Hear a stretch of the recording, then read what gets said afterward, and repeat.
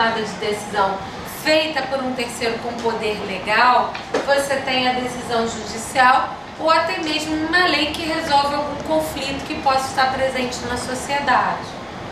E quando você tem essas ações, você necessariamente vai ter um processo de tomada de decisão coercitivo, que pode ser legal ou extralegal, porque a ação é sempre violenta, mesmo que ela seja uma decisão judicial. Então, ele vai falar que quanto mais você se utiliza da coerção, maior a probabilidade de você ter um resultado de ganha-perde, que é a teoria dos jogos, que a gente já falou na aula passada. Isso aqui não é novidade para vocês, né? É só um resumo. Então, para mapear um conflito, anotem aí que é isso que vocês vão fazer na aula de hoje, tá? Vocês vão fazer o uso de duas ferramentas importantíssimas para o mediador. Então, você chega, tem uma situação do conflito, o mediador ele faz uma avaliação inicial. Por exemplo, é possível a gente mediar uma situação de conflito entre um adulto e uma criança? Não, as capacidades de compreensão e de poder decisório são diferenciadas. Uma pessoa, um idoso que está demenciado, é possível fazer uma mediação? Uma pessoa que veio porque a irmã brigou, veio no lugar da irmã, pode mediar aquela situação? É uma pessoa que é representante da empresa, mas ele não é o preposto da empresa, ele pode fazer parte daquela mediação? Não, porque ele não tem poder decisório. Assim, o poder decisório, em algumas situações, ele tem que ser visto. É uma situação de violência doméstica, então esse conflito é mediável ou não é mediável? Você tem que se avaliar exatamente essas questões. Autodeterminação, a vontade, né, a voluntariedade para estar no processo. Se não tem voluntariedade, não tem mediação, porque a pessoa não vai ficar lá, ela está sendo obrigada a ficar. E se você tem capacidade decisória. Então, são aspectos que são importantes para você participar num processo mediativo, entendeu? Então, você tem que avaliar isso logo de início, porque se você perceber algum desses elementos que contraindica a mediação, você não vai dar prosseguimento, você vai agradecer as pessoas, mas vai dizer que, infelizmente, ali não é o lugar onde vocês podem estar trabalhando isso. Uma pessoa que está alcoolizada, uma pessoa doente mental em crise, né, durante um período em que ela está delirante, em que ela não pode falar sobre as situações que envolvem aquele conflito, então não tem como fazer. Então eu sugiro que vocês façam na folha de vocês exatamente essa separação em 3 partes, tá? Então você resume, você valida, você identifica os sentimentos, você identifica os interesses e a partir daí você começa a buscar critérios objetivos para estabelecer, que é a abordagem que a gente viu na aula passada do John Haley. Faz um quadro de horários, isso é uma objetivação. Pergunta quais são as tarefas das crianças, pergunta quais são os seus horários, o que você fazia antes, como você está fazendo agora, qual é a sua rotina pessoal, qual é a sua rotina de trabalho. Então, a partir dessas objetivações, você terá os elementos de trabalho da sua mediação.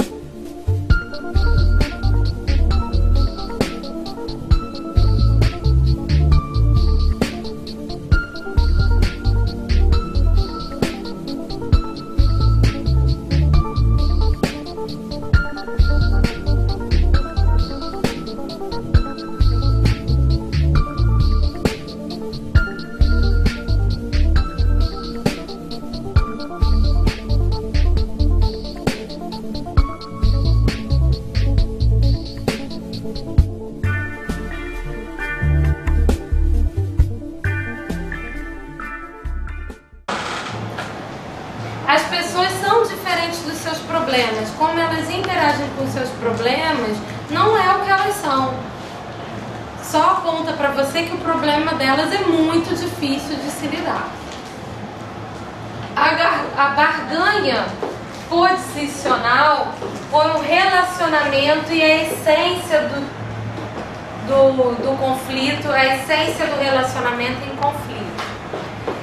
Isso significa que as pessoas, quando elas estão nas posições e elas ficam confrontando as posições, elas estão barganhando sem buscar soluções. Então você vai tentar identificar o que as pessoas têm nas posições a partir das perguntas sobre as posições, os interesses. A gente vai levantando esses interesses que a gente vai vendo que existem muito mais coisas que podem ser trabalhadas do que só a posição, que quem confronta a posição está barganhando.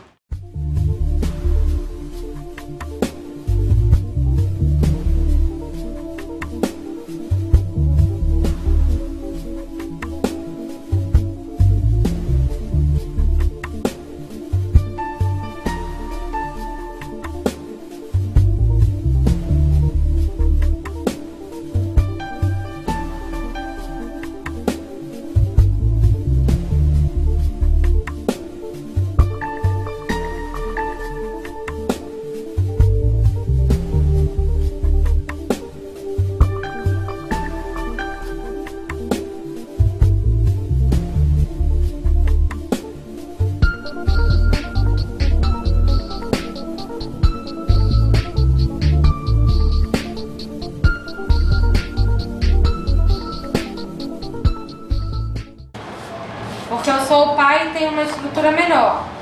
Então eu quero a guarda. Essa é uma posição. Maria diz, ele que se mudou para lá, a minha família mora aqui, minha vida está aqui, Marcos fica melhor comigo, eu quero a guarda. São posições. Enquanto eles estão confrontando quem é melhor para ficar com o filho, não tem solução, eles estão só barganhando as posições. Quando você começa a identificar que o interesse comum deles é que o filho tenha as necessidades atendidas e que o importante naquilo que está sendo dito é o interesse em que essa criança possa se relacionar com ambos e ter um relacionamento significativo, afetivo, uma convivência constante, você vai começar a trabalhar os interesses e as necessidades que cada um tem para serem atendidos. Necessidades sociais, necessidades de autoestima, necessidade de autoeficácia, de autorrealização. E aí você vai trabalhando necessidade de se sentir seguro quanto à possibilidade dessa criança estar bem na companhia dela ou dele, né? Você vai trabalhando essas questões a partir das técnicas. As perguntas, os resumos, as paráfrases, as recontextualizações, as positivações, os reforços positivos. Então a gente vai trabalhando isso. E separe a relação da substância. A substância é o cerne que está naquilo que eles estão discutindo. Então você vai separar. A relação não é o conflito. O conflito não é a relação. Então você vai começar a diferenciar essas coisas para que as pessoas comecem a olhar para o problema e não para a dificuldade de relacionamento que elas têm. Que é separar as pessoas do problema. O problema é o problema, não são as pessoas. Pessoas tendem a fazer inferências infundadas e tomar verdades sobre as intenções e atitudes dos outros. Olha, ele está fazendo isso para me prejudicar. Eu tenho certeza, porque ele faz isso para me prejudicar. Veja só, ele não traz o casaco. Ele tá de sacanagem, que a menina vai ficar doente. Ou o menino tinha só um tênis para ir para a escola e ele não trouxe. Então começa a criar, ele fez isso de propósito, porque ele sabia que isso ia me irritar. Ou ela faz isso para que eu vá falar com ela, porque no fundo ela não se conformou de eu ter me separado dela. Eu sou tão maravilhoso que ninguém pode não me querer. E as técnicas ajudam a gente a trabalhar essas percepções equivocadas. Quando as pessoas começam a ter uma percepção do problema de uma forma mais tranquila, as emoções inapropriadas vão se descolando dessas percepções. E aí ela vai começar a colaborar com a pessoa com quem ela está conflituando. E vai entender que o problema não se resolve se ambos não trabalharem em conjunto para a resolução desse conflito. E aí ela começa a se envolver com o processo de tomada de decisão, e aí ela vai começar a considerar a importância das decisões para o outro e para si mesmo como uma única coisa.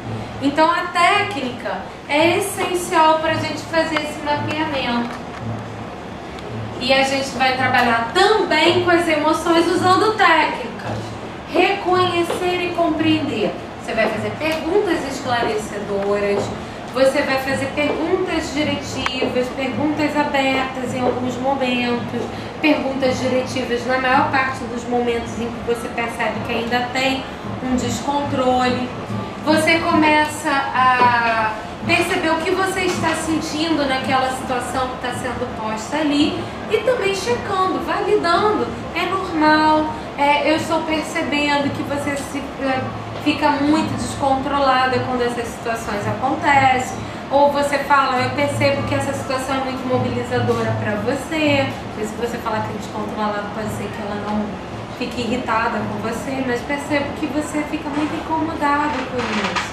E que às vezes dá a sensação de que você não tem controle sobre aquilo que você sente.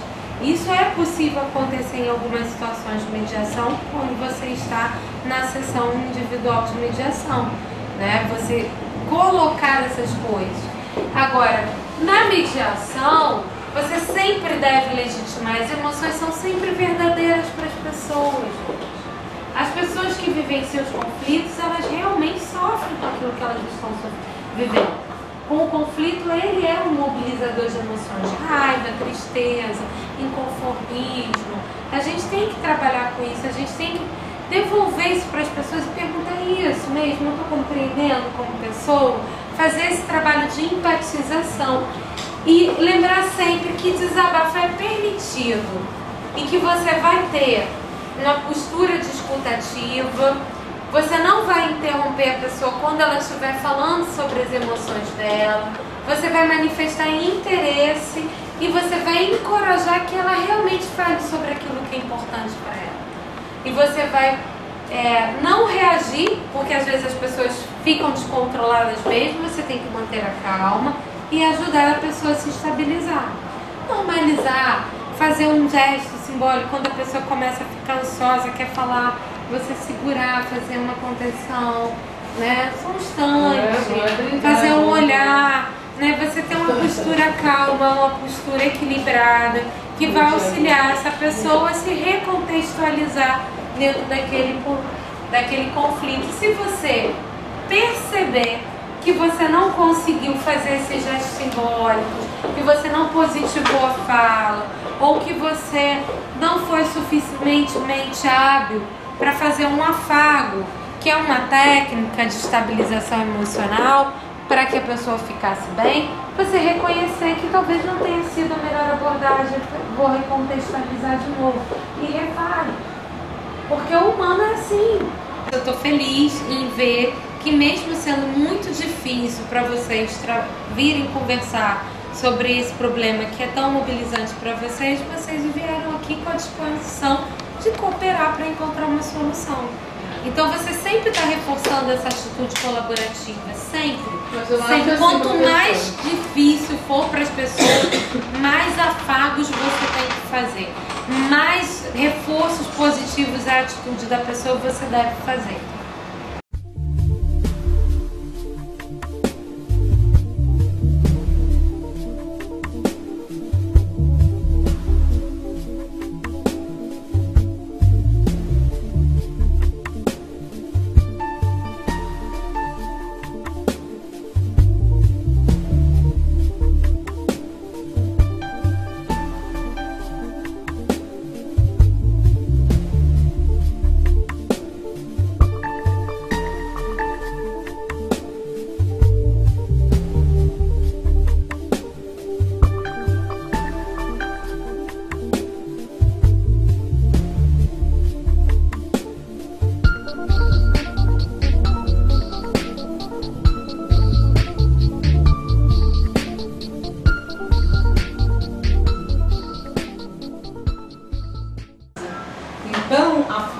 ela me viu, eu achei bom, que eu falei, puxa, aquele problema que eu estou passando não está refletindo. Passando bem. Não está passando bem, não está refletindo no meu exterior. Eu tinha um amigo na faculdade, que ele era muito engraçado, mas era muito engraçado. A gente estava fazendo aula de psicopatologia, e aí ele falou assim, assistiu uma aula e fomos estudar, né? A gente tá estudando. Eu falei, cara, você entendeu esse negócio? Aí ele olhou assim pra mim, entendi, você quer que eu explique pra você? Se você disfarça bem, você é neurótico, tá normal. Se você disfarça mal aí, meu amigo, tem que ver qual é a patologia que você tem. Com essa ideia de que você é uma pessoa que está ali para facilitar o trâmite da comunicação. Então, falar sem interromper, configurar expectativas, vamos ler isso lá? E estar dizendo às pessoas como a gente quer que elas se comuniquem. É isso que a gente faz. A gente chama o discurso de abertura de uma mediação uma introdução, né, que explica a pessoa o que você vai fazer lá, qual a sua função, qual é o seu papel e qual a função dela e qual o papel dela nesse conflito, que você estará auxiliando ela a resolver, né, auxiliando no sentido de favorecer comunicações que sejam significativas e que produzam soluções cooperativas, que todos possam ganhar. Então você vai fazer, boa noite, meu nome é Roberta, eu gostaria de me apresentar, como é o seu nome, como você gostaria de ser chamada. A senhora não tem o meu nome aí? Às vezes as pessoas perguntam, não, eu não tenho, porque eu não tenho a ficha das pessoas, ou eu tenho quem é fulano, quem é ciclano, depende de que informações vocês têm daquela situação. Recomendação, pelo amor de Deus, se vocês leram um processo, se vocês receberam um resumo, não mintam para as pessoas, porque lá no meio do caminho você lê o processo e saca uma coisa que ela não te contou, escapa, e ela vai saber que você está mentindo quando você diz que você não sabe qual o problema que eles trouxeram ali. É óbvio que você sabe alguma coisa. Eu sei que vocês têm um processo aberto, né? Normalmente na mediação judicial isso que a gente faz. Eu sei que vocês têm um processo aberto. Pego a ficha e digo, aqui diz que vocês têm um processo de regulamentação de visitas, é isso? Quem deu entrada no processo, quem poderá começar, como vocês se chamam, como vocês gostam de ser chamados, se você não tiver essa ficha, se tiver a ficha, você identifica, você é fulano, você é ciclano, veio com o advogado, qual o nome do advogado, como vocês preferem ser chamados, né? Então a gente vai fazendo essas identificações. Já anota o nome das pessoas e como elas querem ser chamadas, porque é nada mais chato do que você chamar a pessoa pelo nome errado ou chamar ela por um nome que ela não gosta. Isso vai criar uma situação de que ela não vai ficar aí, essa pessoa está me chamando por esse nome que eu não gosto. Eu já disse que eu me chamo Joana, ela fica me chamando de Roberta. Eu gosto de ser chamada de Marília, né? Porque já que eu sou Roberta Marília, que não vai ser Roberta. Esqueceu o nome, né? Esqueceu o nome, você anota. Se você telefonou, você diz, lembra que eu queria entrar em contato com vocês, marcando. Eu não fui eu que entrei em contato com vocês, mas quando eu entrei, me apresentei para vocês lá fora, né? Faz essa referenciação. Deve ser sempre acolhedor e simpático. Você deve criar sempre um ambiente de acolhimento, sorrir, demonstrar aberto para as pessoas, né, para as situações que vão ser trabalhadas ali. É importante que elas saibam que você está aberto para entender as situações ali. Então, você vai lá e diz, boa noite, meu nome é Roberta, que bom que vocês vieram aqui, eu recebi uma ficha com um pedido de mediação, no caso que foi da 5ª Vara de Família aqui da capital, que diz respeito sobre uma situação de regulamentação de visitas. Vocês têm filhos em comum? Você pode começar fazendo uma pergunta, aí a pessoa diz assim, nós temos 2 filhos, tem 2 filhos, aqui é o nome fulano, esse nome é o nome que você prefere ser chamado, ciclano é o nome que você prefere ser chamado? Não, eu prefiro que me chame de Cardoso, eu prefiro que me chame, que é o meu nome de guerra, todo mundo me chama de Cardoso, né? Acontece, Carvalhão.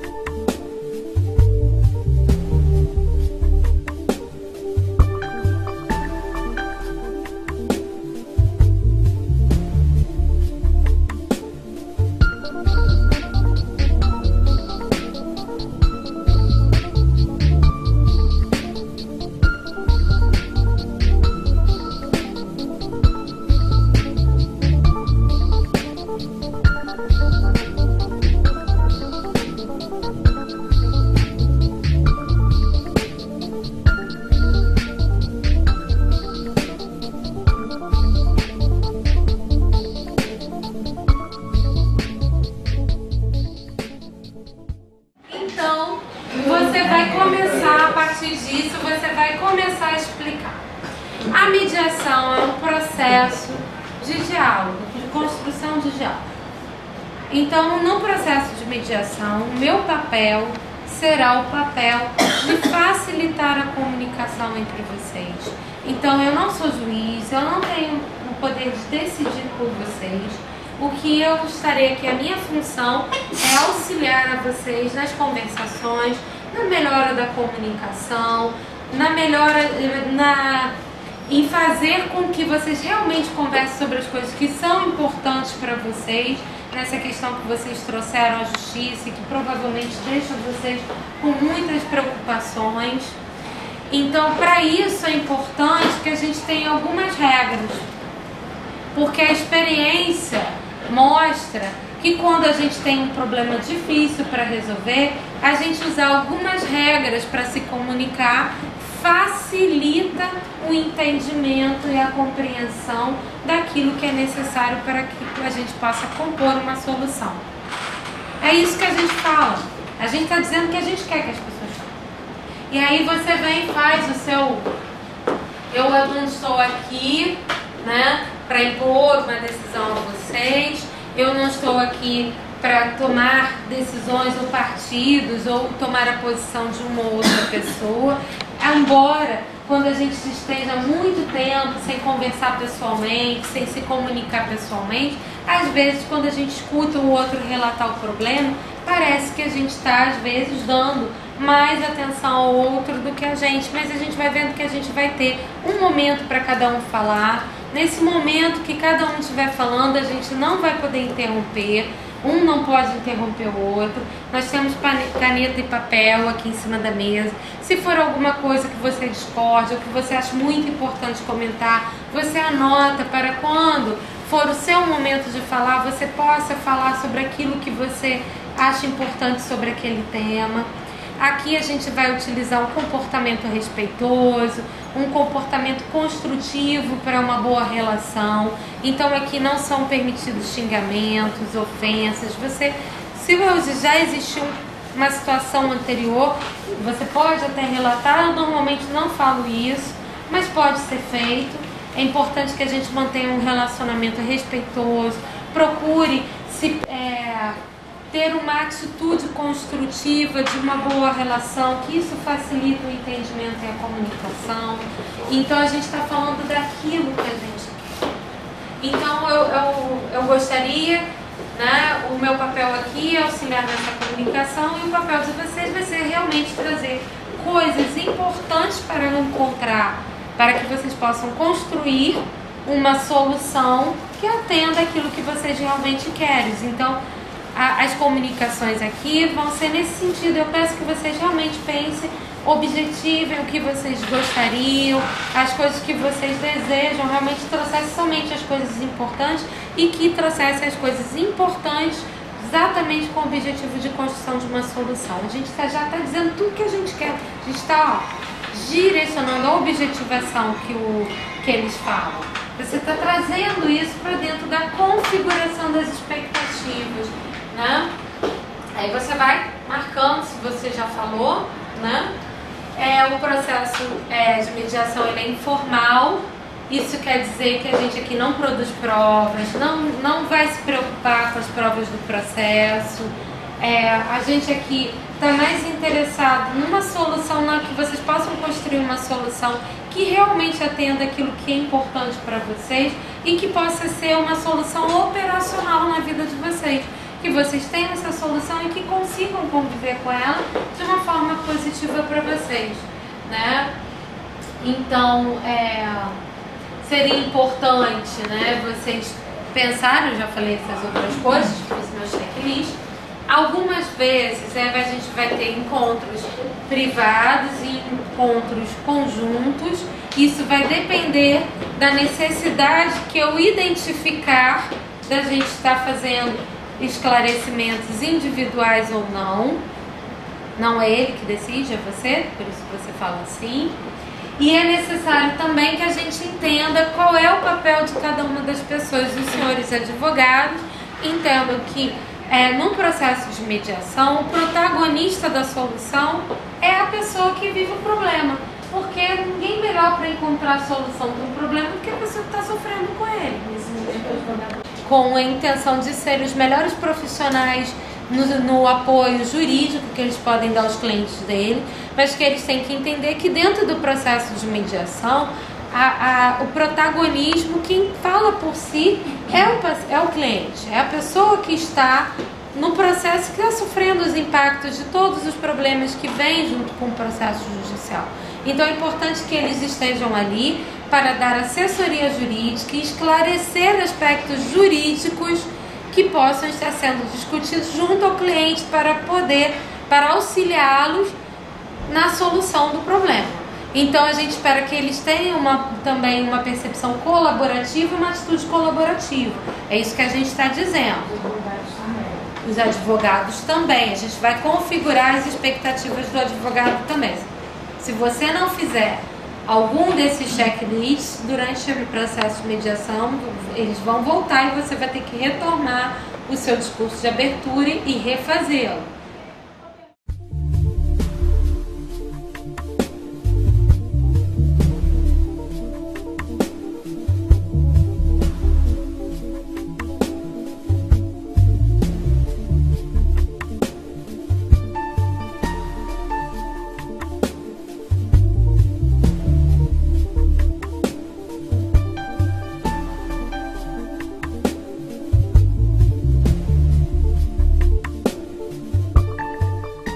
Pode ser levado ao processo como prova.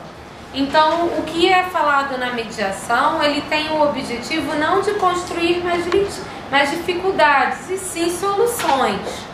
Então, por isso que a mediação utiliza esse critério de confidencialidade e o mediador como neutro, uma pessoa neutra, que não está ali para assumir a posição nem de um nem de outro, nem defender essas posições. Ele está ali como facilitador, ele não pode ser testemunha daquilo que foi dito ali, porque ele está obrigado à confidencialidade. Todos vão ter, aí você vai, se você não falou, você faz a checagem. Não, falei isso, falei.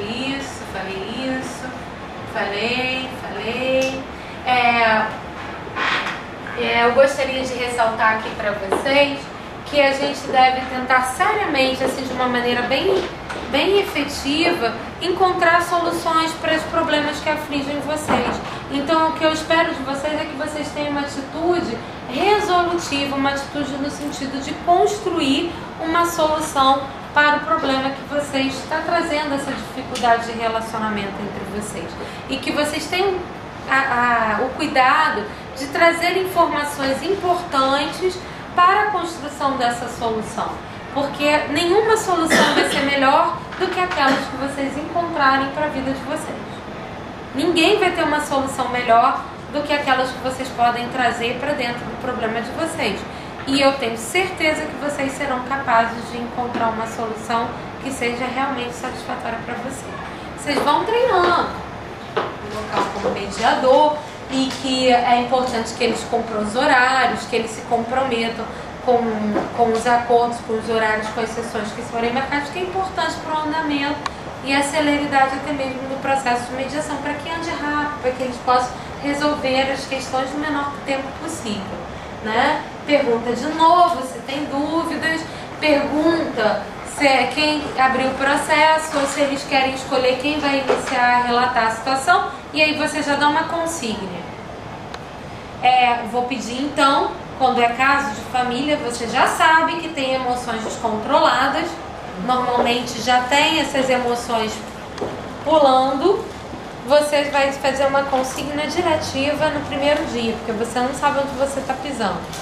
Eu vou pedir a vocês, como hoje é o primeiro dia que a gente está se conhecendo, eu vou pedir então que vocês falem de maneira breve e objetiva aquilo que trouxeram vocês até aqui. Vou dar 10 minutos para você falar isso.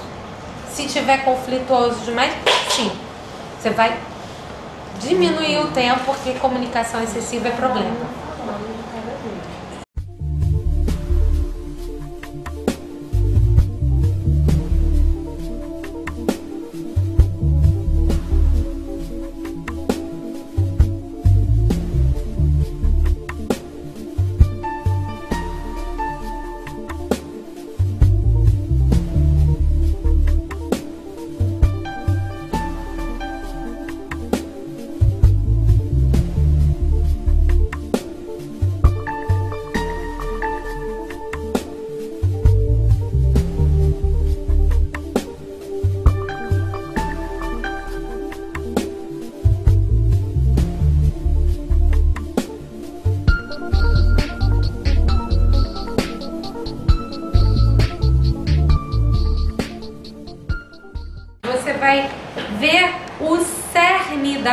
comunicação que eles estão fazendo.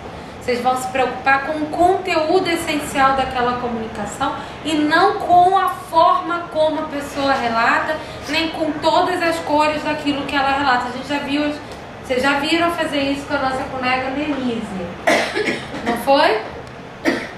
A gente escuta, presta atenção, retira tudo que não é essencial e concentra. Porque o outro também precisa que você resuma para ele o que ele disse, que o outro entenda exatamente qual é o cerne daquela comunicação. A técnica, a escutar ativamente e fazer resumos são técnicas de treino essencial na mediação. Quem chega cedo já vai fazendo isso com o colega. Vai, o colega conta uma situação, você escuta ativa e faz um resumo. Aí você conta uma situação para o colega faz uma escuta ativa e faz um resumo. A gente tem que fazer isso, treinar muito isso, porque a escutativa é essencial para você identificar o cerne da comunicação. Qual foi a opção de cada um, o que você por perguntar, por que ele optou por uma ou outra estratégia, você falar que você sentiu a falta de uso de uma ou outra técnica, né? E perguntar por que ele não optou por usar essas técnicas. E aí você faz uma troca. É uma reflexão de estratégias.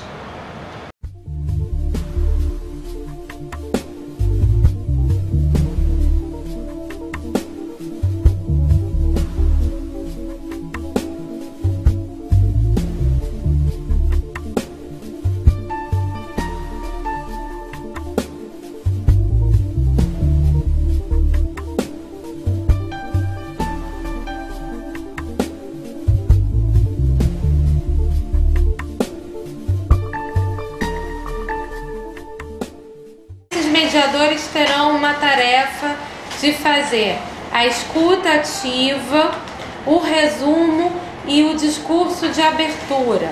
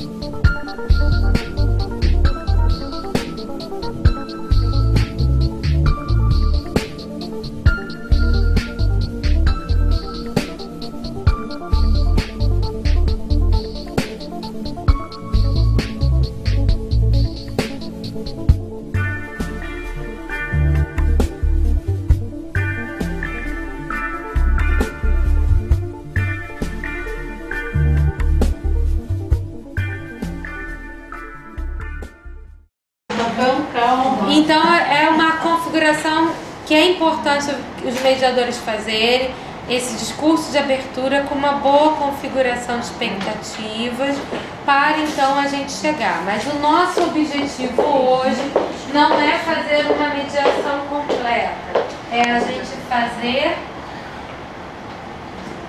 isso aqui, tá? Fazer o mapeamento desse conflito.